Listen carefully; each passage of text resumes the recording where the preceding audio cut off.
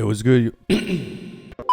Yo, what's good, y'all? It's your boy Swifty. In this video, I'm gonna show you how to make dark samples for PYREX WHIPPA. I pulled up the low bell inside of Palace's Bank in Omnisphere. It's the preset called Magic. And what I did was I went into the piano roll, I went to the low arrow up there, went to the helpers, scale highlighting, and I choose C sharp minor natural. So now on your piano roll, you got light shaded notes and dark shaded notes. The light shaded ones are the ones that are in key, so the ones you're gonna use when you make the melody. The dark shaded ones are the ones you don't want to use. Then I just built a simple chord. I started with the root note, which is C sharp. Then I skipped two notes that are light, so the ones that you can use in the scale. I used the F sharp, and I skipped one note and used the A. And then I'm gonna repeat the chord, but this time I put the A down one semitone to the G sharp, and I just repeat that over and over and over. To switch it up, I just added some passing notes in between. So these passing notes are basically like a little melody. So that's what the pattern sounds like with no effects.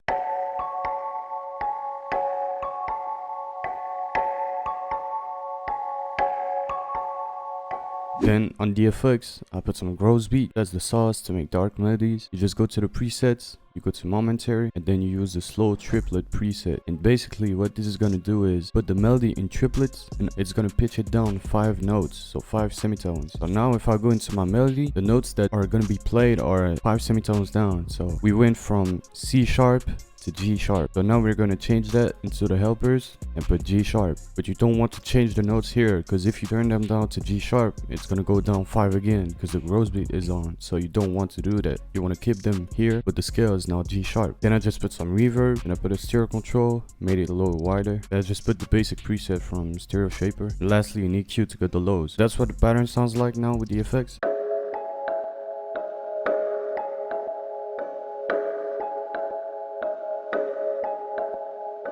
Next, I just pulled up this flute from Contact, and I basically came up with a little melody in my head, following the notes in the scale as you can see, and following the notes that are playing in the main melody. That's what it sounds like with no effects.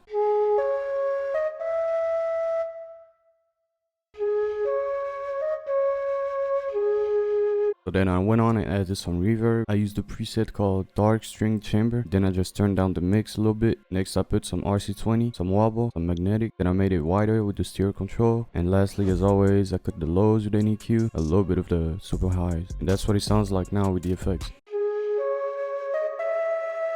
Yeah, boy.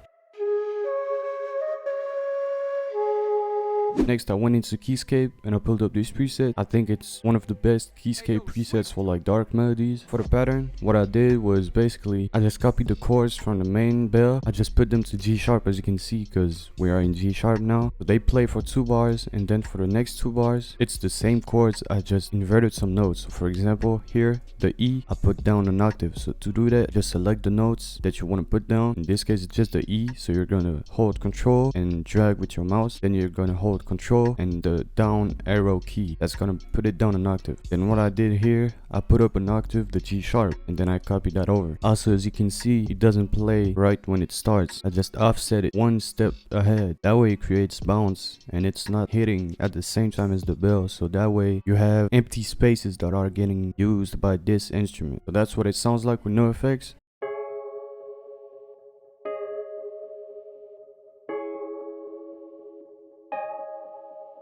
Then for the effects, I just put the basic reverb. This time I put the mix pretty high, so it sounds super ambient. And the RC20, it's the same one as the flute. I just copied the preset. Next I put the stereo control all the way up, and lastly an EQ to cut the lows. That's what it sounds like with effects.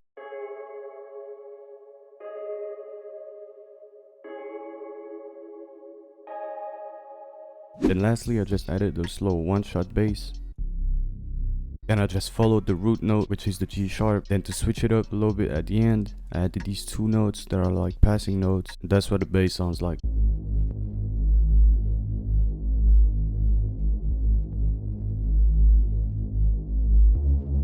As you can see, for the bass, I didn't route it to any mixer track because it already sounded good as it was. This is what the loop sounds like.